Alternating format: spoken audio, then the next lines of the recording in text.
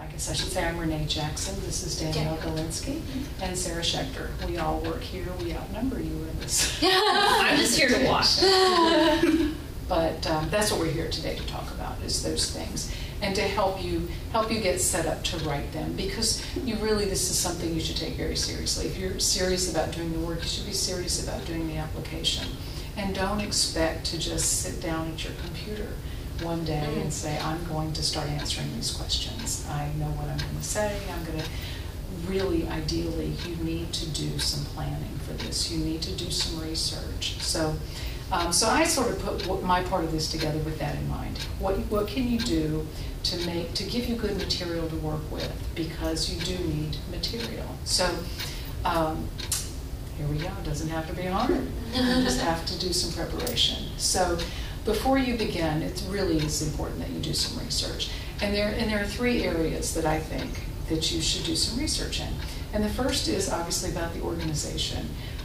Knowing all that you can about the organization you're applying to work with. Know the history of the organization, their mission statement, what their values are, what they look for in applicants, because that's different from one organization to the next. Who are the major players? You need to be able to talk to them about what they're doing and who their clients are. This information, this is one of my favorite things in the world, is Google. I love Google. You can find anything out that you need from Google. This is actually a screenshot from when I was putting stuff together from here, and I typed in there, what does Teach for America look for in an ideal candidate? You can get everything you need, really, to do this from Google. If you put something in like that, that first hit, who we look for, they tell you right there who they're looking for. They all do. Look on, go ahead. Yeah, sure. Sorry. I don't know whether to raise my hand. There's only two of us. Yeah. You're welcome. Would we have access to this PowerPoint, or would you be able to email it to us? Okay. Yes, so anyway, but I would say I love Google. Like I said, I use Google all the time. So look at Google. Let Google guide you through this. All the questions you might have, you can find it through Google. So the second part, once you know about the organization, you need to know about the position you're applying for, because there are countless positions out there with these organizations. So you need to know what you're applying for and what's the purpose of the job. Who would you be working with? What would your primary responsibilities be? Where would you be working? You could be working anywhere. AmeriCorps, which is very popular, AmeriCorps, they have 15,000 sites in the U.S. alone. My cousin works for AmeriCorps. Yeah, my daughter does too. Yeah, so they're all over. So you don't just go in and apply to work with AmeriCorps. You have to know where you want to go. So also knowing whether you're going to be doing teamwork or working individually, because again, work for Teach for America, you're working by yourself pretty much. You work for City Year, which is a similar type of job, but you're going to be on a team with City Year. So those are important things to consider. And the third part is knowing who you are. That's kind of not as easy to Google. You're on your own with this one. But knowing who you are, why you're doing this, and what you're getting into is really important. You need to understand the job and know why you're doing this, because you got to have a reason for doing it. And consider things like, are you willing to move away from your family? Like for Peace Corps, that's a 2-year gig. Leaving your family, going away, it's a wonderful thing to do, and you'd love doing it probably, but you're going to leave your families and your friends for 2 years, and you get 2 weeks off during that time. So it's a sacrifice that you're making. Are you willing to give up the comforts and luxuries? You're not going to be living in the station at Mill Point when you're working for City Year. You're going to be, it's harsh reality. You said you have a friend who's doing AmeriCorps? Oh, yes. Yeah. It was a very harsh reality. Level. Yeah. Poverty level. My daughter does it, and when they do the intake, the first day, they give you a food stamp card. You're automatically on food stamps when you work for AmeriCorps, so it's part of the job. So, and knowing what you want to get out of it. All of these things are important. Once you've done these things and you have this picture of what the job is, what the organization is, and what you want to do, then this is what you're going to use when you answer the questions. More fun facts out there. These are things just looking at Google, and I told you that there's 15,000 different sites. One of the things I put in there, well, it wasn't as clear like the Peace Corps, what Peace Corps looks for. I had to do a little reading, but it didn't take deep reading to find out what they look for when they read your answers is evidence of cross-cultural competence.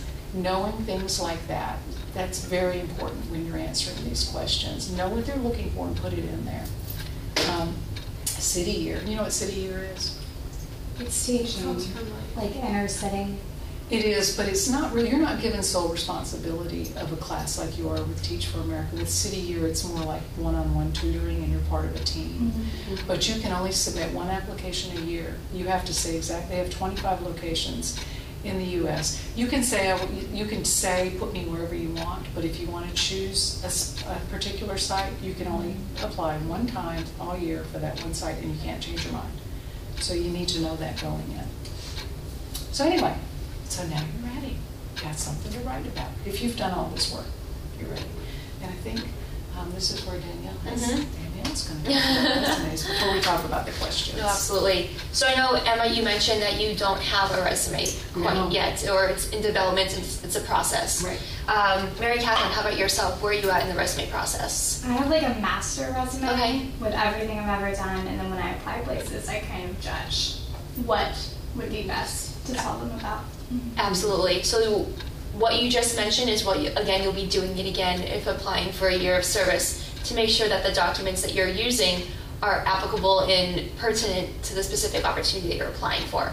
But what exactly does this mean? So what are some things that you certainly need to be highlighting? And these, I did a little bit of research about some of the major years of service organizations that are out there, and these are the commonalities that I found. And like Renee said, you can go into Google, you can type in Peace Corps resume assistance, and they will tell you exactly what they're looking for their specific application process and their resume. So to be mindful and to do that research to know exactly what they're looking for. So in general, as you'd want to do it with pretty much any resume anyway, but specifically with the year of service resume, is to highlight your academic achievements, your 3.0, or excuse me, your GPA if it's above a 3.0. Participation in honor programs if it's a dean's list or presidential's list. They want to know that. They want to know that you're a studious student, but then also that you're well-rounded as well, and those experiences will come later on. And then, also professional achievements. If you've succeeded in the professional world through internships, through leadership opportunities, through work experience, all that completely works, and you deserve credit for that. And then also leadership through extracurricular activities, work experiencing or managing teams or anything like that. They want to see leadership and they want to see involvement, whether that be within your community, within your campus, within your student organization that you're a part of, within the sports team that you're a part of. All of that completely works and can tie in. So we encourage, at least with a master resume, you might be able to pull easily the experiences where you've been a leader. Or if you haven't quite developed that resume quite yet, we'll be able to go through that process with you. And we would encourage you to come on back and we can help you with that in order to make sure that your resume is in line with exactly the service sort of format of a resume, but then also the specific position that you're applying for. Also, you want to certainly do some reflection in terms of what opportunities have you had in your past that are going to be specific opportunities that are translatable or transferable to the position that you're applying for. If, for example, you're applying for a Teach of America opportunity, do you have any teaching experience? If you do, great. That information needs to go on your resume, towards the top of your resume, because I want to see that right away. And if you don't, then maybe that's something that you can get involved in between now and the application process, or maybe to be a little bit creative and to see how else the teaching component can come from your other opportunities that you've been involved with in the past. So sometimes it might be a little bit easier to make those parallels between what you've done and what they're looking for. Sometimes there may be a little bit more creativity involved with that as well. But they just want to know that you're well-rounded, that you're involved, that you're doing things with your time while you're at Elon, rather than just sitting and watching Netflix all the time, which can happen. But you want to be sure that you're putting yourself with the best foot forward. So one of the biggest things that we talk a lot about with students in terms of developing a resume for the business school, for the communication school, for the arts and sciences school, is, and it will be the same as well with the year of service resume, are these bullet points that you'll be using to highlight your experiences, to tell me a little bit more about what you've done with that specific opportunity. So what we encourage all students to do is to start your bullet points off with strong action verbs. And you can see just an abbreviated list of about maybe 20 or so different sort of action verbs. And these are words that catch my attention when I'm looking over your resume. And this is how you start off with all of your bullets. As when I'm looking over your resume for the first time, I'm looking at it at a glance. I'm not necessarily reading the entire thing from top to bottom. So I'm looking at these bullet points and I'm looking at these action verbs to see if there's a variety within there and to see if even the bullet points that you are using are relatable and transferable to the opportunity that you're applying for. So again, with Teach of America, if you have teaching experience, to begin your bullet point with the word maybe teach or taught or something like that, to showcase to me that you've done it and you can do it. So you want to be mindful and to know exactly the industry that you're applying for or that you're applying for, and to be using the words that are most applicable for you to highlight. So, this is just a list. There's hundreds of words out there that you could potentially use. So make sure you're being strategic and also offering a wide variety of different kinds of words. Being mindful that if you use the word assisted, which is great, just use it once and not to ensure that you have assisted for every single experience that you have or starting off every single bullet point. You want to showcase variety and that you can do a lot of different things. And again, if it's something that you've done in the past, if it's an experience that you're no longer doing, these action verbs belong in the past, so they end with ed. If it's an experience that you're currently doing now, they will be in the present tense. So instead of activated, it will be activate. Or instead of aided, it will be aid. So make sure that it's consistent as well throughout your resume with that. And additionally, another great thing that I learned in terms of doing a very brief amount of research is that they want to know if you can quantify your experiences, if you have dollars or percentages or numbers to put that on your resume. And when you're using numbers, to type out the number, not to necessarily spell it out. So it stands out to me, and my eye will directly go to that right away. And if the organization that you're applying for is very numbers orientated or very focused around percentages, and if you have that knowledge, to back it up and to make the parallels a little bit easier for them. Any questions about the bullet points and what those look like? They take a little bit of development. It takes a little bit of wordplay and playing around with the English language and grammar and what makes sense. And of course, all of our advisors here in our department would be more than happy to sit down with you and to have that conversation about what the best way is to list your bullet points. You don't need to have 10 underneath each of your examples. If you find out that you need 2, that's great. If you need to go to 5, that's okay too.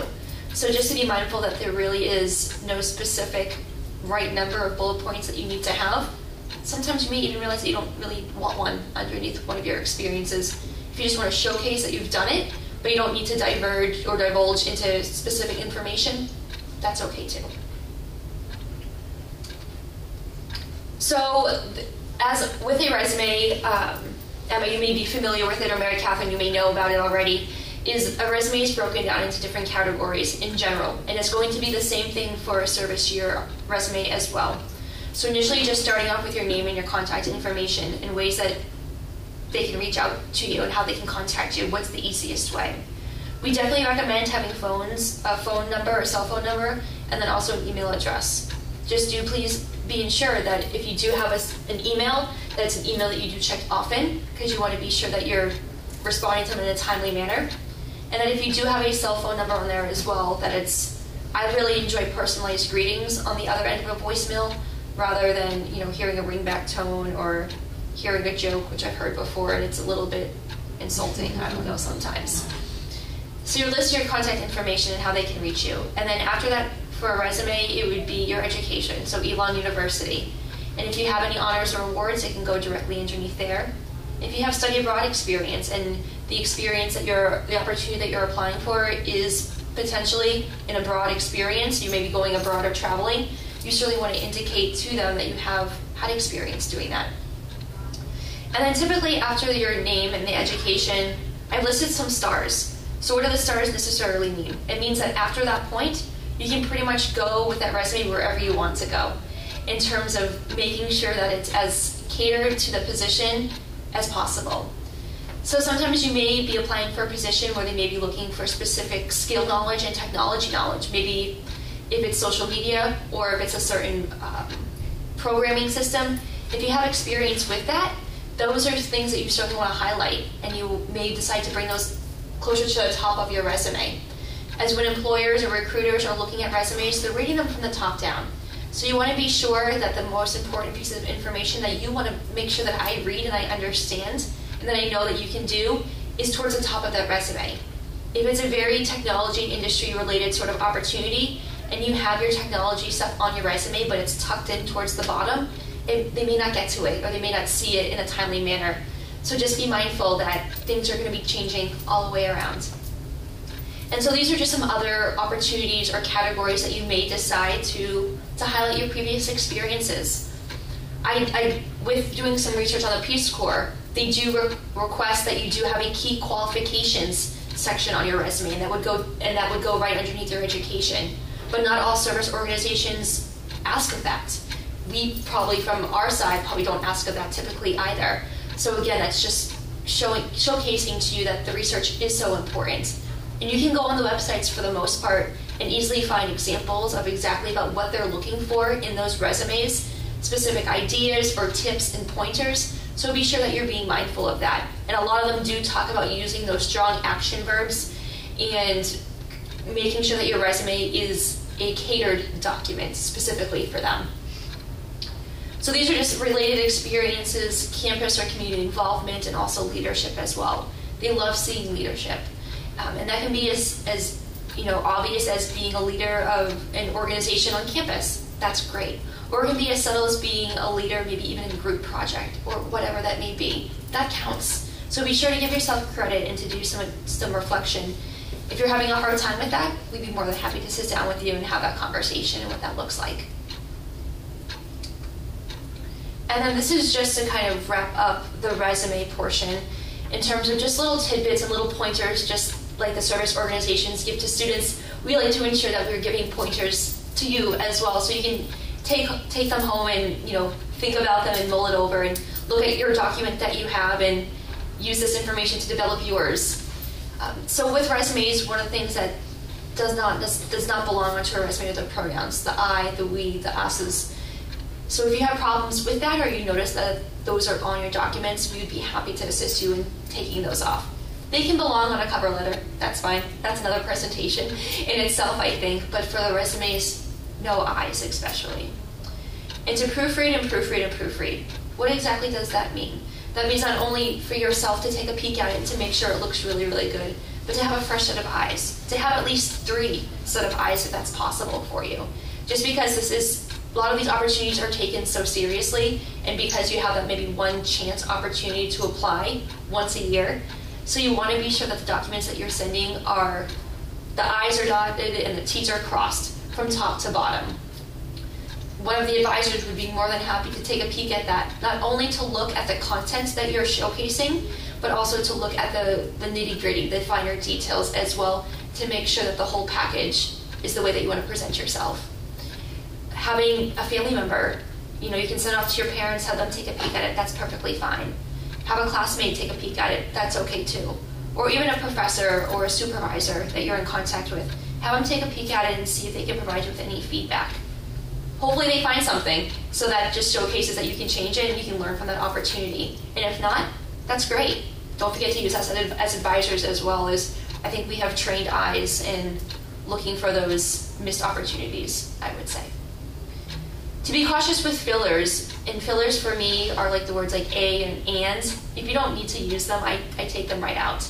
Just you want to make sure that your bullet points and your opportunities that you're showcasing on that resume are as strong as possible. And then additionally, using industry buzzwords. If you're applying for Teach of America or a teaching related opportunity, you want to be sure that maybe when you're in your bullet points that if you have the experience of working with individuals, that you're calling them students. They're not necessarily consumers or clients. So make sure that you're just using the buzzwords that the industry is looking for. And certainly don't forget to give yourself credit for all that you've done. You've probably done many wonderful things while you've been here at Elon, within the community, or also reflecting back a couple of years maybe towards your high school experience. So don't be shy, don't be hesitant, especially if something's really relevant to the positions that you're applying for, to give yourself some kudos, and we can certainly help you out in formatting that. And then additionally, this document needs to be one page and one page only. and you may find, I did find a document where it was, they said you can go onto more than one page, but I think that was for a non-undergraduate. It was more of a graduate resume, I think. So stick to that one page, and if that's a problem for you, we would certainly be happy to make sure that the strongest documents or the strongest opportunities are at the top there for you. I think that's all there is for resumes. I think so. That's where we get to the questions. This will be the hardest part, to answer the questions. I've seen, well, certainly not all of them, but I've seen a good number of them. And depending on what position or what organization you're applying with, you may have just one question that's kind of a broad, why do you want to do this question, sort of like a personal statement for graduate school. But you're more likely to get 6 or 8 or 10 questions you're going to have to answer. And they're going to cover a range of things like your basic, why do you want to do this? What experiences have you had that make you a strong candidate for this? What other questions? I'm drawing blanks now, but I've seen them, you know. Sometimes you'll have a scenario presented with the question, and you have to say, what would you do in this situation? How would you handle it? So you will do some writing when you do this. And that's why the part when I talked initially about preparing to do this is stuff you can work with. When you answer the questions, though, there are things that you need to keep in mind, because first of all, these questions have so much thought and research and analysis that goes into them, because everybody wants to try to figure out what are the perfect questions to ask in order to have the perfect candidates emerge through their answers. So they're not arbitrary. Know that about them. So when you write your answers, you need to demonstrate a clear understanding of the organization and the position that you're applying for, because they will be looking for that. They'll be looking for you to answer the question. You know, that's such an obvious thing to say, but sometimes there will be a question in there that will have multiple parts to it. And actually, as I'm reading this, I'm thinking, no, this is what my next bullet is. But this will go, this one, I'll talk about this one just to say that this is the value of the first part of knowing the organization, and write with that in mind. What are their values and things? You need to express yourself clearly and intelligently to them to answer all parts of the questions. That's what I was going to say. Sometimes a question might have 3 parts to it. You know, tell me about it, you know, or why do you want to do this, and what would make this a better experience, or whatever. Answer every part of that question. If you get really focused on one part and don't neglect the other parts, then they'll see it as you didn't answer all the questions. And the last part of that is you need to make these people like you. That's kind of hard to tell you how to do that, but they need to like you. And I think, to me, I really believe that if you're doing this because you've got, when I said before, I asked you if you had the heart for it, that will come through in your answers to the questions. I really believe that. The ones that I read from students, even students who are not great writers, that comes through if it's present within you.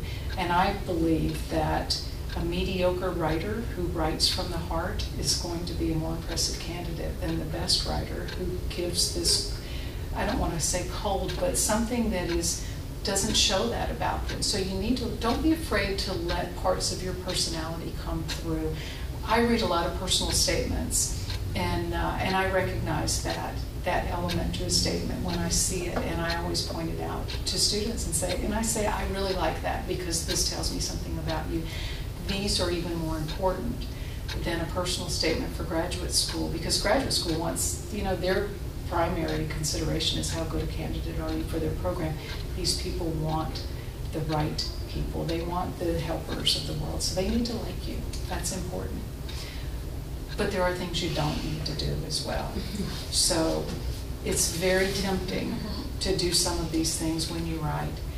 You're not writing a report, so don't tell them about their organization. Don't tell them what their mission statement is. Don't tell them the history. They know that. They already know that stuff. So don't waste their time and your time writing that. Don't get caught up in telling your whole life story to them either. You know, you don't want to tell them everything you've ever done, especially unless it's relevant. A lot of what you've done is relevant, and that's what they're looking for, but don't tell them stuff that they don't care about. That's just annoying. And try not to state the obvious. The obvious here is you want to help people. That's like the kiss of death phrase to use in a personal statement. Like if you want an MSW, you want to do something in the helping profession, don't say I want to help people. That just shuts people down right away. But you want to give evidence of that. There are 1,000 ways to say it without using those words, and that's what you have to do. Avoid stating the obvious. Just give evidence of it in other ways. So after you've done that and you've written, you do need to do it. You do need to edit. That's very important too, because you don't want somebody to be reading your brilliant answer and then be tripped up by an omitted word. It happens to me a lot when I'm reading. I read statements and I'm going with the flow of reading this thing, and suddenly I stop because there's a word missing, or there's a misspelled word, or there should be a comma there, and it becomes a run-on sentence. So don't let that happen. You need to edit. You need to get other people to edit. And I'm sorry, you look at my slide because I know you've used all those same examples I have. Yeah. So keep in mind, for some people, writing is a very difficult thing. Do you like to write? I really would. Oh, good. Then you'll write good essays. I'll read your essays. Do you like to write? Yeah, I love it. Good. That makes the process so much easier for you. It's a really torturous process for a lot of people to write these statements. Yeah. But if you like to write and you really are, and I hate the word passionate, but it almost slipped out of my mouth. If you're really, I'll just say it, passionate about what you want to do, those things will come through. And so just let it come out, write it. But then let one of us read it. Yeah, let it flow, and then let us edit it. That's right. So know that there will probably be mistakes in there. When you write, especially when you get caught up in really trying to express something like that, you know what you're trying to say because you're writing from your heart, and so you know what that message is. I may not know that. I may not know. So that's why you need to get a lot of people to read your essays. And Danielle touched on these too.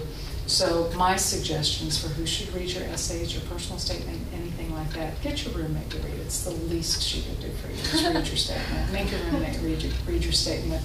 And then your friend down the hall who's an English major, get her to read it too. Because they'll find those missing commas. Let your mother read it, or your father, somebody. What you're looking for with these people is someone who knows you. Someone who knows who you are, what you want to do, because they're going to have that perspective on you. Having a faculty member or someone, your advisor, someone who knows you from an academic perspective, who knows what you've done. It could be a job supervisor, an internship supervisor, if you have that relationship with them. You may not. But if you have another person who can offer that perspective on you when reading it, ask them to do it as well. And then, here we are. Here's our office plug. Let one of us read it. You want a stranger to read your essays, because the stranger, and that's who we are. That's when I read a personal statement for a student going to graduate school, I'm a stranger to them for the most part. I can read that statement. I'm the closest representative to an admissions committee member, or in your case, to an employer, to the person who's evaluating you as a potential Peace Corps member or a Teach for America Corps member. That's the closest that you'll get, because I don't know you, I don't know what you've done, and everything I'm going to know about you is going to come from that statement. So get at least one person who doesn't know you. That really is a serious plug for our office. Make an appointment and let one of us read it, and we can give you feedback from a different perspective than these other people can. Or drop by the station. We'll go too. Yep. So I really think that's my last. Oh, look at you put that Q&A thing in there. You're welcome. Okay. What Q's and A's might you have? Do you have questions about this? Have either of you really looked seriously at the applications or the essays? I've applied to Peace Corps. Oh, have you? And, yeah. Oh, well, so you know all this. You should be doing this. Tell us what that was like. Good. I kind of wish I had seen this presentation before. Now that I'm watching it. But I wrote, they have 2 questions now, 2 essay questions. They kind of it used to be this really long application apparently, and they've kind of siphoned it down. So it wasn't overbearing. I let my mom read it because she majored in journalism in college, so she's really good at that. So she knows you, and she knows grammar. She knows grammar. And I think it went well. I'm waiting to hear back. But what were the questions? There was one that was just about basically a why, and then there was one that said when you're in the Peace Corps, you're going to be under mental stress, physical stress. How are you going to cope? Right. So that was kind of a I've seen that situational question. one, Yeah. and that was really the harder question in a way. When do you find out? Or do you know, like, even a It's like time period? I think it's like an 8-week turnover, Wow. 4-week turnover. It just totally depends. I Right. think I've heard they're getting more applications than ever. Yeah. But my top choice is AmeriCorps, actually. Yeah. What, So what do you want to do with AmeriCorps? I want to be a lawyer, so I think, and I'd really like to get, I know they have like positions with like legal aid. I would really love that. Yeah. Yeah. So, but every like position I look at starts in like January, so I haven't started that process yet. Yeah, these programs, a lot of them just don't work well, especially if you want, what do you want to do? So you want to go to graduate school, you said law school? Law school, yeah. Yeah, they're not set up well. Like Fulbrights are awful. You know, they start in January and end. I mean, they throw you way off if you want to go off. I know people that's just like sitting around at home doing retail right now that are Waiting. about to go to Malaysia. Kyle. Kyle, yeah. I know Kyle well. Yeah. It's exactly what he's doing. Yeah. Yeah, he's struggling with his, what to do about graduate school because, Right. because he Right. wants to go. And He's a go. doer too, so Yeah. Yeah, it's a bad, you would think that they would figure that out and would adjust that, but some of these service programs would be like that too. I mentioned my daughter's doing AmeriCorps, and she went into it with a plan to do 2 years and then go to graduate school, and she's kind of in that position right now. What should I be doing? And it's hard. Yeah. What she's doing is hard work, and she works probably 60 hours a week in this job, and trying to do this other stuff too. It's not easy, but it's a noble thing to do. It is. I guess so. I hope so. You know so. No, it is. It's hard to imagine it being a bad experience, and Right. it would not make you. Anything you do like this is going to make you a stronger candidate for whatever comes next, whether it's graduate school or a job, either one. Right. It'll make you I stronger. was trying to convince my parents of this theory because I am definitely on the graduate school track, but they are very much under the impression that I need to go straight from undergrad into grad school because they think that I will just never return to the world of academia, understandably so, but also especially in this field, I just feel like they want to see more hands-on work. And personally, I feel I need more hands-on work before I can even really go into grad school knowing what I'm doing, because if you're going to go to grad school, you should really have a clear idea of where you're going. Yeah, that's a good idea. They like when you have a plan. Right. They're warming up to the idea of Yeah. a year of service now, I think. Good. Yeah. Good. It's a great thing to do. I mean, I really do seriously think it's a very noble thing to do. And I think with this Franklin Project idea that's behind this year of service, the idea is to try to get 1 million students, 1 million graduates, new graduates, to do a year of service in the country at one time. Wow. And imagine the impact that would have. Who started this initiative? It's out of the Aspen Institute. What's his name? McChrystal? General Crystal. It's going to be on Yeah. campus in February. Yeah, if you Google the Franklin Project, Google. That's how he's learning about everything. Yeah, it'll take you to the site and you can learn about it, and it's pretty inspiring, the idea, Yeah. and that's what all of this came of. That's awesome. So Elon just kind of latched on to Dr. Lambert. Yes. And then it was kind of broken down. Right. It's like, we're gonna do this. And we did. Exactly. I'm going to be out of town for a peer educator conference on Thursday, unfortunately. Yeah, I know. It's kind of ironic because I feel like I'm leaving to go do what I should be staying to look at my future for, but We'll do it again next year. yeah, and that's You why said you're a sophomore? I'm a junior. A junior. So Okay. I have time, but I also am not sure what my plans are for this summer. Are the people who are going to be at the expo more, Peace Corps, AmeriCorps? This looks more like actual Right, these are all professional nonprofit service right. organizations. Yeah. Because I mean, if I were to apply, it would be an intern, merely an internship for Well, the some of summer. them- That's not to say that some of them wouldn't have internships. Yeah, I was gonna say, Right. some of them, they have Like, internship I opportunities. have Habitat for Habitat Humanity stuff. says, yeah. Yeah, so if, like I said earlier, if you tell me some of the ones you're interested in, Right. I can send you that contact information and you can at least inquire. Like obviously AmeriCorps and Peace, those won't have internships, but some of the others, especially the ones that have like local branches like Public Allies, Peace Haven Farms, like some of those places may have internship opportunities. You could at least have a conversation about it. Do you know how old you have to be to work for AmeriCorps? 18, right? I think I saw 18. 17. I was Oh. gonna say- Oh, I thought You just have to be illegal. 17. 17. That's You insane. can have a I'm sure- GED. I have resilience at 17 too. You don't have to be a it's- college grad. That surprised I me. like a gap year. I did know that they took high school. Right. But then People right after high school, but it's I so thought you had living to in be like- Exactly. 17. No, I I did that don't. today. Okay. 17. Oh. City year is a college degree, right? Yeah. No, it's City Year. I'm thinking it's City Year, not, City Year is an AmeriCorps agency, but it's City Year that they take See at that 17. that's odd to Yeah. me. Like if you're going to be tutoring people, Yeah. you would think you'd at Right. least.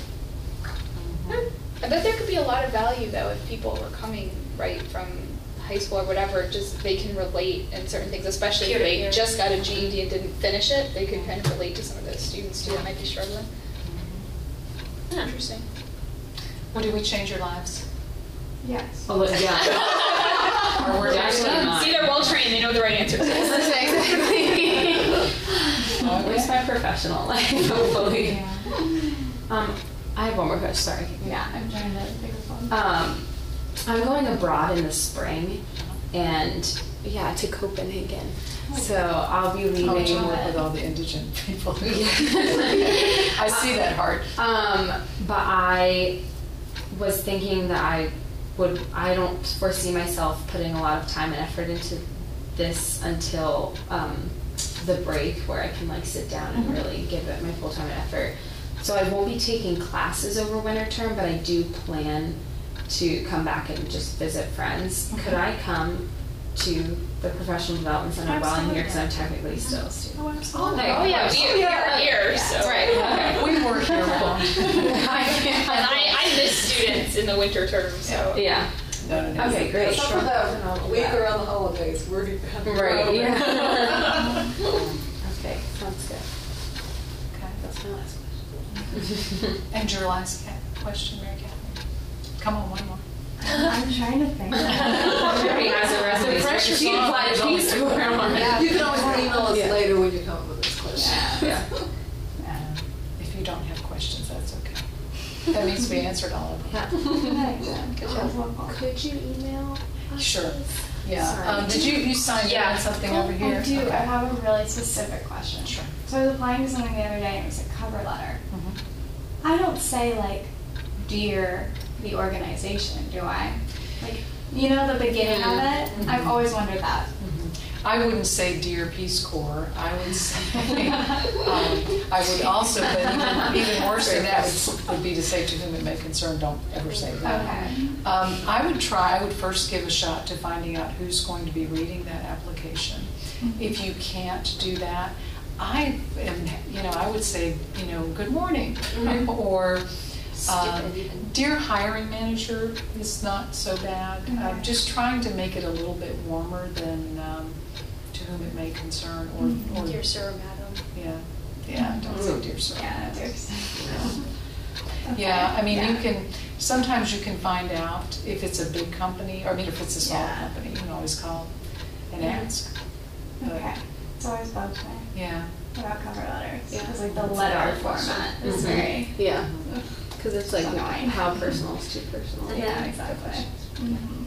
Yeah, it's a tough call, but I would avoid being too cold and impersonal. I agree. Is that it? That's Yeah. it. That was. Wow, well, you have to sit here for 9 more minutes, because we're not quite finished. It's like 5 or 6. Well, thank you very much. Yeah. Well. Thank you.